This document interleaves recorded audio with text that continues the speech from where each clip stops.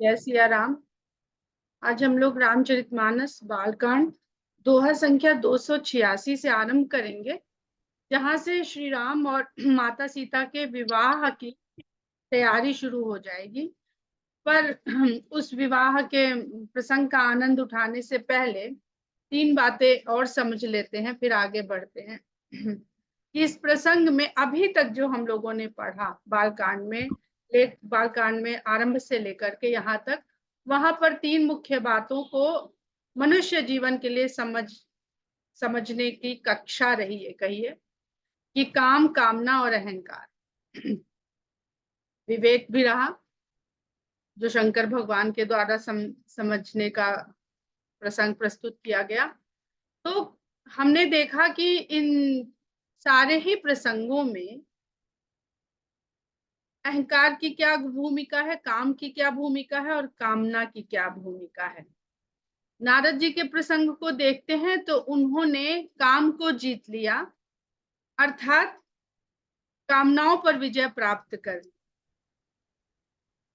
अब यहाँ पर जो हम लोगों के अपने जीवन में समझने वाली बात है कि इसी तरह के व्यक्ति हमें देखने को मिलते हैं, जिनको बहुत बड़ी उपलब्धि हो जाए तो अहंकार का भाव आ जाता है, या वो कुछ त्याग कर ले तो अहंकार का भाव आ जाता है। यानी प्राप्ति भी अहंकार को उत्पन्न करती है और त्याग भी अहंकार को उत्पन्न करता है। नारद जी ने जीता, यानी काम और कामना को त्याग सके, तो ये भाव आ गया।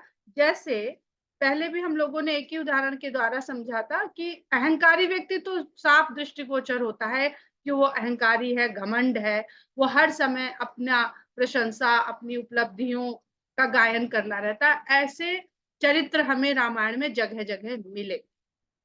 कुछ ऐसे चरित्र भी हमें जीवन में मिलते हैं जिनको इस बात का अहंकार हो जाता है कि हम बड़े दयालु हैं, हम बड़े त्यागी हैं, हम बड़े वैरागी हैं, हमको तो जो मिल जाए उसी ही में प्रसन्न रहते हैं। तो ये बड़ा महीन सा अहंकार का भाव है। तो ये प्रसंग समझाने का क्या प्रयास करता है, रामचंद्र जी का जो जीवन का चरित्र है, रामचरितमानस, राम जी का जो चरित्र है, जो मानस में बसा हुआ है शंकर भगवान के, और वो चरित्र बखान कर रहे हैं, राम की कथा नहीं बखान कर रहे हैं, राम का चरित्र बखान कर रहे हैं। तो उपलब्धियों के बाद भी राम के स्वभाव में कोई परिवर्तन नहीं आता है। और मनुष्य ऐसा कैसे कर पा सकता है, हम लोग राम तो नहीं हो सकते हैं, पर शंकर भगवान का जो प्रसंग है वो ये समझाता है, यदि हमारे मन में प्राप्ति, उपलब्धि, त्याग, वैराग्य दोनों ही चीजों का अगर ये भाव आ जाए कि ये सब कुछ आपका है, अगर हमारे मन में कोई उपलब्धि प्राप्त करी हमने अपने मन की भावना, कामना के कारण, तो वो कामना भी आपने दी थी और वो उपलब्धि भी आपने दी थी, तो हमें शायद के हमें अहंकार नहीं होगा।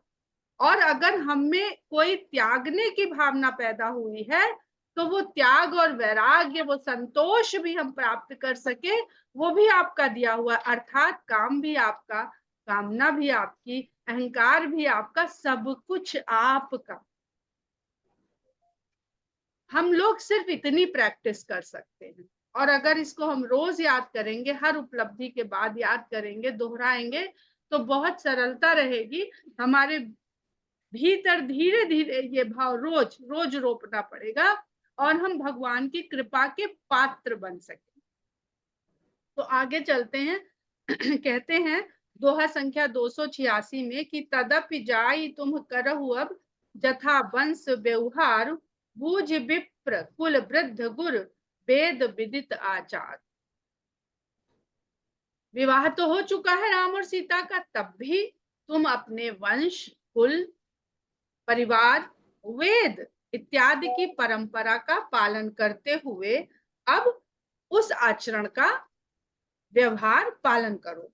तो कहते हैं विश्वामित्र जी की दूत अवधपुर पठवहु जाई, आनहि नृप दशरथ ही बुलाई। अपने दूतों को अयोध्या भेजिए और राजा दशरथ को बुलवाइए। ये तो नहीं कहा कि विवाह तो हो गया, जैसे हम राम लक्ष्मण को लेकर के आए थे वैसे ही 3 को लेके चले जाएंगे और पहुंचा देंगे, ऐसा भी तो कर सकते थे। लेकिन सीता को या किसी की भी कन्या को बहुत आदर सहित, मान सम्मान सहित, पूरे परिवार सहित उसको अपने परिवार में सम्मिलित करके अपने घर लाना चाहिए। आजकल हम लोग बुला लेते हैं, लड़की लेकर के आ जाइए, यहाँ रिसोर्ट बुक करा देते हैं, आप यहीं पे आ जाइए और विवाह कर लीजिए। ये गलत है, ये परंपरा गलत है, ये पता नहीं कब और कैसे बन गई है। मुदित राव कही भले ही कृपाला, पठे दूत बोली तेहि काला। राजा बड़े आनंदित हुए विश्वामित्र जी की ये बात सुन करके, और उन्होंने कहा कि आप, हे कृपाल, आपने बहुत अच्छी भली बात बताई है। और उसी समय उन्होंने दूतों को बुलाकर भेज दिया। बहुरी महाजन सकल बुलाए, आई सबन सादर सिर नाए। हाट बाट मंदिर सुरबासा, नगर समारोह चारिहु पासा। दूत तो चल पड़े। अब उसके बाद उन्होंने महाजन को बुलाया। अब ये महाजन कौन है? बड़े बड़े व्यापारी जो धन अर्थव्यवस्था का कारोबार करते हैं। आज की भाषा में कहें तो बड़े बड़े इंडस्ट्रियलिस्ट या बड़े बड़े इन्वेस्टर्स। तो कौन इंतजाम करेगा? जिस तरह का इंतजाम होने वाला है उस तरह का इंतजाम विदेह राज राजा बिना महाजनों की तो सहयोग के नहीं कर सकते हैं। तो ये परंपरा भी कि सब लोग सीता और राम के विवाह में किस प्रकार कौन अपनी क्षमता का वहां पर योगदान कर रहा है। तो महाजनों को बुलाया, सभी ने आकर आदर सहित शीश झुकाया। और हाट बाट मंदिर सुरबासा, बाजार, रास्ते, भवन और मंदिर, सुरबासा, देवालय, नगर में जितने भी हैं सबको चारों ओर से सुसज्जित करा दीजिए। घर से चले नीचे आए। अब ये महाजन लोग हर्ष के साथ अपने अपने घर आए, ये नहीं सोच के आए कि विवाह तो इनकी पुत्री का है, ठेका हमें दे दिया, इंतजाम करिए। सब आनंदित हैं सीता के विवाह में अपना योगदान देने के लिए। क्यों? क्योंकि जो प्रकृति का है, जो माता का है, हम उसको ही तो सब देने का प्रयास कर रहे हैं। हमको अवसर मिला है। जैसे आजकल सब लोग बहुत कह रहे हैं ना कि जेठ का महीना लगने वाला है, बहुत ग्रीष्म ऋतु अपने प्रकोप पे आएगी, दो कल से नौतपा लग जाएगा। आप ढूंढिए कि किसको पानी पिला सकते हैं, आप ढूंढिए। जल का दान है, बहुत सरल दान है। आपके पास अगर कोई आ जाता है तो भगवान की बहुत बड़ी कृपा है कि किसी ने आपसे कह दिया कि हमको जरा ठंडा पानी पिला दीजिए। तो इन महाजनों को अवसर मिल गया है सीता माता के विवाह में, जो उनके पास सामर्थ्य है उसका योगदान कर सकने का। अपने अपने घरों में हर्ष सहित आए और पुण्य परिचारक बोली पठाए, और फिर अपनी टीम को बुलवा भेजा। रचो विचित्र बितान बनाई, सिरधरि बचन चले सचुपाई। और उन्होंने कहा कि इन इन स्थानों में सुंदर वितान बना के, शामियाने से, हम लोग वितान शब्द भूल गए हैं, शामियाना उर्दू फारसी के प्रभाव के कारण हम लोग शामियाना शब्द को बहुत समझते हैं, वितान को नहीं समझते हैं, पर वही शब्द है। सुंदर सुंदर वितान सजाइए।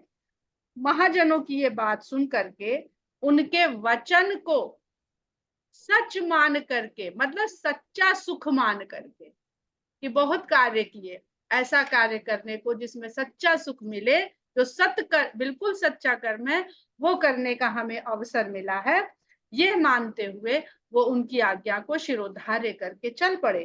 पठे बोल गुनी तिन्ह नाना, जे बितान विधि कुशल सुजान।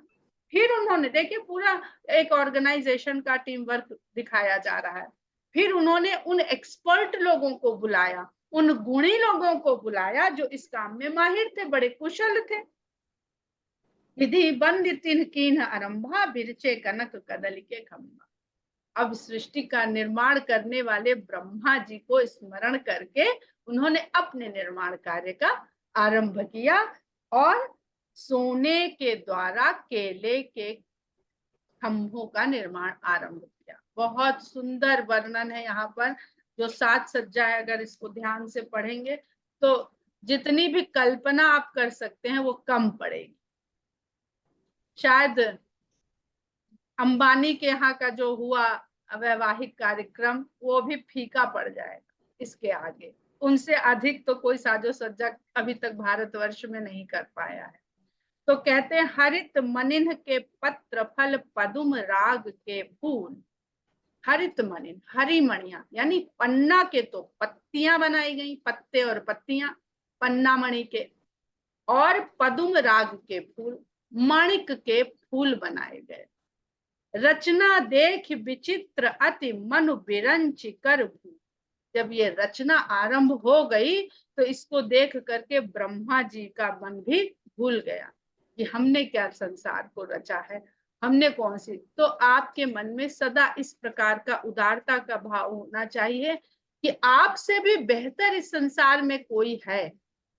हम लोग अपने बेहतर होने के प्रयास में सदा कुंठित रहते, अपने आसपास 4 लोग हैं उनमें आगे निकल गए तो खुश हो गए, फिर और 10 मिले तो वहां हमने देखा अभी तो ये हमसे आगे हैं, तो हम वहां और मेहनत करते हैं, प्रयास करते हैं, उनसे आगे निकल जाते हैं, उनसे अच्छी रिकॉग्निशन हमें मिलती है तो हम और आनंदित हो जाते हैं।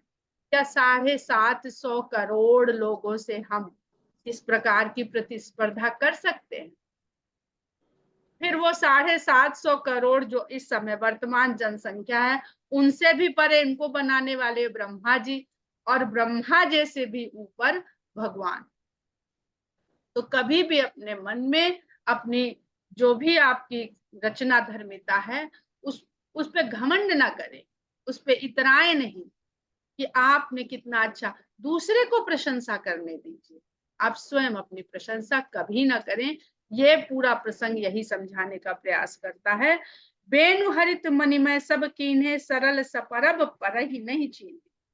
जो बांस बनाए गए हैं, हरे हरे बांस, वो भी हरी मणियों से बनाए गए हैं और उनमें गांठे भी हैं और थोड़े थोड़े पत्ते भी लगे हैं और इतनी सरलता से बनाए गए हैं कि चीन्हे नहीं जा रहे हैं ये असली बांस हैं, कि ये मणि से बने हैं। कनक कलित अहिबेली बनाई लख नहीं परई सपरन सुहाई। फिर इन हरे बने हुए बांसों पर सोने की पान की लताएं बनाई गई हैं और वो भी समझ नहीं आती हैं कि ये वास्तविक पत्ते हैं कि ये स्वर्ण के बने। कही के रच पच बंध बनाए बिच बिच मुक्ता दाम सुनाए। उनको बना करके उसमें बीच बीच में जो बंध बनाए गए उसमें पच्चीकारी करी गई। पच्चीकारी कुछ कुछ मीनाकारी जैसे समझते हैं कि जिसमें 2-3 मणियों को मिला दिया जाता है, उनके चूरे को मिला करके बनाते हैं पर उनका सरफेस लेवल समान रहता है। एक तो जड़ाऊ होता है, जड़ाऊ में आपको सब कुछ दिखता है कि ये नग इधर है ये नग उधर है, आप अगर हाथ फेरेंगे तो उसका एहसास होगा। लेकिन पच्चीकारी में वो रंग तो दिख रहे हैं लेकिन सब समतल हैं, आपको पता नहीं चलेगा कि यहाँ पे ये मतलब गड्ढा करते हैं फिर उसमें भरते हैं, इसको पच्चीकारी कहते हैं। और बीच बीच में मोती भी उसमें लगा दिए गए हैं। मानिक मरकत कुलिस पिरोजा चीर कोरी पच रचे सरोजा। और फिर माणिक, पन्ना, पुलिस, हीरा। पुलिस यानी कठोर, जो सबसे कठोर स्ट्रॉन्गेस्ट सब्सटेंस है हमारी धरती पर। पुलिस यानी हीरा और फिरोजा, इनको चीर कर कोर कर यानी चीरते हैं फिर उसमें शेप बनाते हैं और फिर उसमें दूसरा भरते हैं। इस प्रकार से सुंदर सुंदर कमल बनाए गए। ये भृंग बहुरंग विहंगा गुंजहि कूजहि पवन प्रसंगा। और इसी तरह हीरे मोती जवाहरात अलग अलग मणियों से बहुत तरह के भौरे और रंग बिरंगे पक्षी भी बना के वो जो लगाए गए बंधनवार और खंभों के चारों ओर एक खंबे से दूसरे खंबे तक जाते हुए उनमें ये भी लगाए गए और वो जब हवा चलती है तो वो कूजते और गूंजते भी। वो कौन सी टेक्नोलॉजी से और कितना उनमें कटिंग करके छोटे छोटे उनके दिए किए किए किए गए उनके चोंच में या पंखों में, कि वो गुंजार करते हुए और पूजते हुए भी पक्षी वहां पर उपस्थित हैं। सुर प्रतिमा खंभन गढ़ी काढ़ी, जो खंभे बनाए गए थे उसमें से देवताओं की प्रतिमाएं उकेर दी। और खंबे बनाए किससे थे? अभी अभी बताया कि सोने के खंबे बनाए गए हैं, जो केले के हम लोग लगाते हैं वो सोने के बनाए गए हैं। मंगल द्रव्य लिए सब ठाड़ी, वो सब मंगल द्रव्य लिए हुए खड़ी हुई हैं। आजकल देखते होंगे बड़े बेहुदे से स्टेचू खड़े होते हैं कलश वलश लेके, काफी वियर्ड से। ये बहुत ही सुंदरता से भरे हुए चौके भांति अनेक पुराई, सिंधुर मणिमय सहज सुहाई। और अनेक प्रकार की सुंदर चौके, रंगोली, अल्पना, जो भी आप लोग कहते हो अपने अपने क्षेत्र में, वो पुराई गई है, पूरी गई है, यानी बनाई गई। और उनको भरा किससे गया है? बनाने के बाद पूर्णा, पहले तो बना दी और भरा की सिंधुर मणि में, गजमुक्ता, जो हाथी के दांत का चूड़ा होता है उसके द्वारा उसको पूरा गया है। सौरभ पल्लव सुभग सुट किए, नील मणिकोर हेम बौर मरकत खबर लसत पाट में। नीलम के आम के पत्ते बनाए गए हैं। जब आम के नए नए पत्ते निकलते हैं तो उसमें एक नीली आभा भी रहती है। तो नीलम के जो पत्ते हैं उनसे नीलम जो मणि है उससे आम के पत्ते बनाए गए हैं। वो भी उसमें भी वही छील के कोर के बना के, यानी पूरी नक्काशी करके उनको बनाया गया है। और सोने की बौरे बनाई गई हैं। पन्ने के बने हुए फल उसमें बीच बीच में गुच्छे लटकाए गए। रचे रुचिर बर बंदनी वारे, मनहु मनोभव खंड सम। इस प्रकार की सुंदर बंधनवार सब जगह लगाई गई हैं। ऐसा लगता है जब वो फंदे डाल के गांठ लगा के बांधी जा रही हैं तो ऐसा लगता है कि कामदेव ने अपने फंदे इस संसार में फैला दिए। काम का समावेश विवाह में महत्वपूर्ण है, इसलिए गोस्वामी जी कामदेव जी को भी यहाँ पर सम्मिलित रखते हैं। मंगल कलश अनेक बनाए, ध्वज पताक पट चमर सुहाए। और सभी भवनों के बाहर मंगल कलश, अनेक प्रकार के मंगल कलश बना के रखे गए हैं। अनेक ध्वजा, पताकाएं, पर्दे और चमर सब जगह सजा दिए गए। ये शामियाने बन रहे हैं बड़े बड़े, ये सब उसका वर्णन हो रहा है। दीप मनोहर मणिमय नाना, जाई न बरन विचित्र विताना। ये जो इतने विचित्र वितान बनाए गए हैं इनमें बहुत तरह के सुंदर मणियों के दीपदान और झूमर बना के लगाए गए। मणियां क्यों लगती हैं? मणियां रिफ्लेक्ट करती हैं। दीप जलाया गया तो उसको जो रिफ्लेक्शन होता है तो वो ज्यादा प्रकाश भी होता है और बहुत सुंदर भी लगता है। तो इसलिए मणिमय दीपक वहां पर लगाए गए हैं शामियानों में। जही मंडप दुल्हन बैदेही, सो बरनय असीमत कवि के।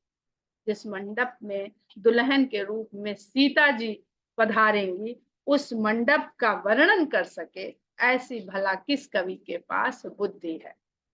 दूल्हु राम रूप गुण सागर, सो बितान तिहु लोक उजागर। और जिस वितान में रामचंद्र जी दूल्हे के रूप में बैठने वाले हैं वो तो तीनों ही लोकों में उजागर हो रहा है, सबसे ज्यादा प्रकट हो रहा है, चमक रहा है। जनक भवन कै शोभा जैसी, गृह गृह प्रीत गृह गृह प्रतिपुर देखी तैसी। जनक भवन के शोभा जैसी, गृह गृह प्रतिपुर देखिए तैसी। और जनक जी के भवन की जैसी सजावट की गई है वैसी ही सजावट जनकपुरी के हर घर की गई है। जेहि तेरुहित तेहि समय निहारी, तहि लघु लगहि भुवन दस चारी। इस अवसर पर जो भी जनक जी को देख लेता है उसे तहि लघु लगहि भुवन दस चारी, 14 भुवन, 10 और 4, 14 भुवन भी उसे छोटे अर्थात फीके दिखाई देते हैं। जो संपदा नीच गृह सोहा, सो बिलो की सुर नायक। मिथिला में जो संपत्ति, जो संपदा, जो वैभव, जो ऐश्वर्य, जो सबसे छोटा प्राणी होगा, आर्थिक रूप से सबसे कम हैसियत वाला होगा, उसके यहाँ की भी शोभा ऐसी है कि उसको देख करके देवताओं के नायक इंद्र भी मोहित हो जाएं। बहुत सुंदर आध्यात्मिक पक्ष भी है इसका, कि सभी कामनाएं, सभी हमारी जितनी भी आकर्षण की वस्तुएं हैं, यदि हम उनको राम और सीता के नाम से, उनके चरित्र से, उनके प्रसंग से, उनकी लीला से जोड़ देते हैं इस संसार में, तो सब सुखकारी हो जाती हैं। उन्हीं वस्तुओं को अगर हम कामनाओं, इंद्र और कामदेव अपनी इंद्रियों, इन सब के लिए प्रयोग करते रहते हैं, तो वह केवल विषय कामनाओं की पूर्ति करने वाली होती है और सदा कष्टकारी होती हैं भविष्य में। उस समय तो बहुत अच्छी लगती हैं, पर बाद में वो हमें किसी न किसी रूप में कष्ट ही देती हैं।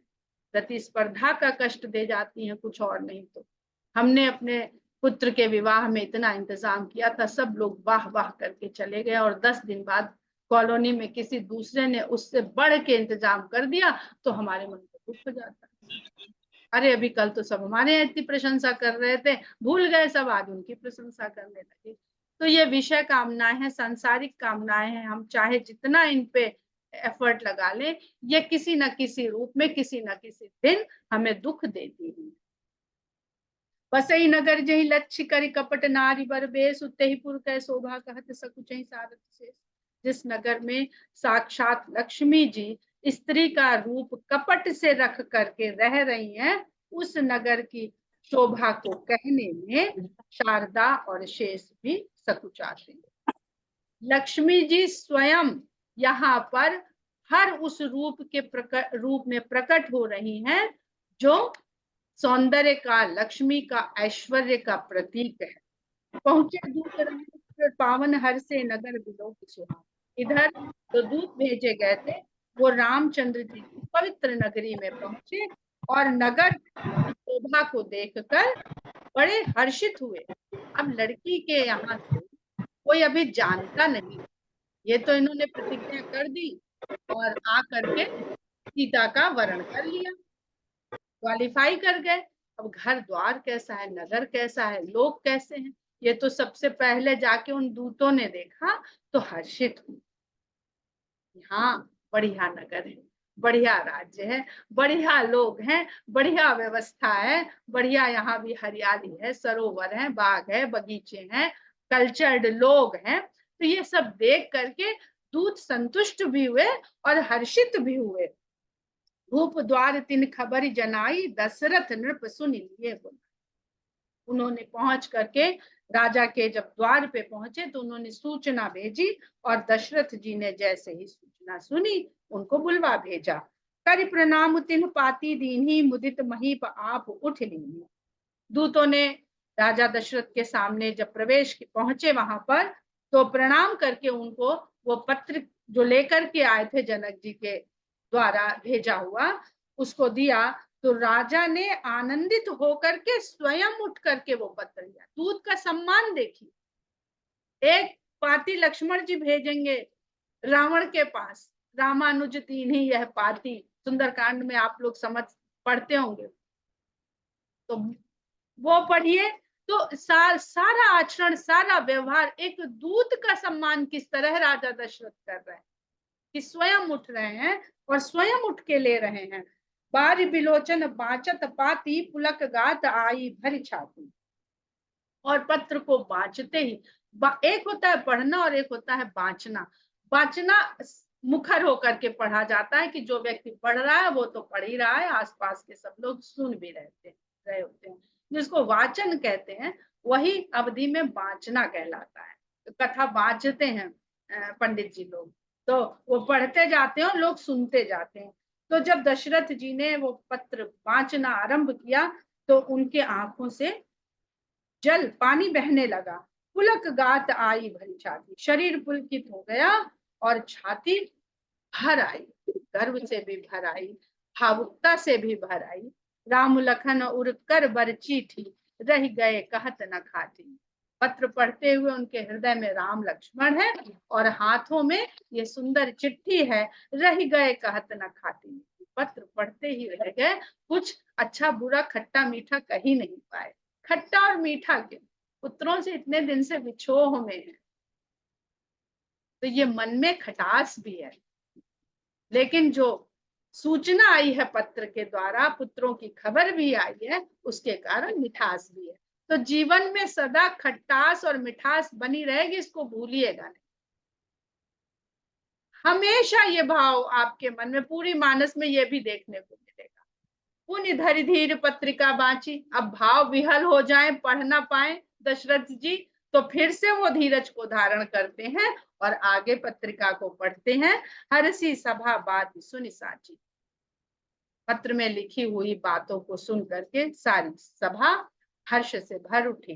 खेलत रहे तहां सुधि पाई, आए भरत सहित भाई। भरत और शत्रुघ्न कहीं खेल रहे थे, जब उन्होंने ये सुना, जाना कि कोई तो दूत कहीं से आए हैं और कुछ चिट्ठी लाए हैं, जिसमें सुना है कि राम और लक्ष्मण की कोई खबर आई है, तो वो भी भागे भागे वहां पे आ गए शत्रुघ्न जी के साथ और पूछत अति स्नेह सकुचाई।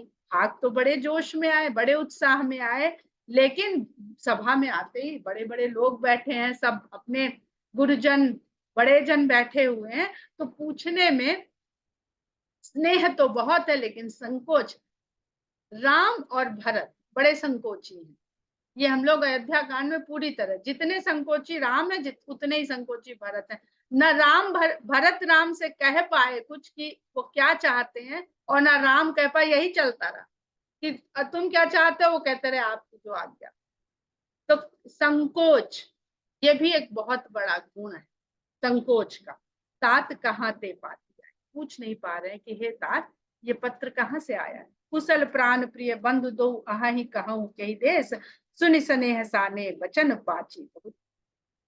संकोच के साथ फिर पूछते हैं कि हे तात ये चिट्ठी कहाँ से आई है, क्या हमारे प्राणों से प्रिय दोनों भाई कुशलता पूर्वक हैं, और इस समय किस देश में है, कहाँ तक पहुंच गए, कहाँ पे इस समय उनका निवास हो रहा है। सुनि स्नेह साने वचन, स्नेह से सने हुए वचन सुन करके दशरथ जी ने बाची बहुरी नरे, फिर से दशरथ जी ने फिर से वो चिट्ठी पढ़नी आरंभ कर।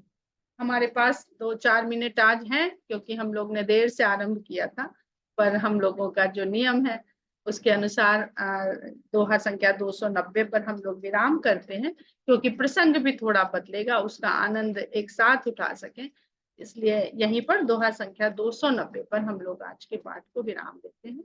जय श्री राम।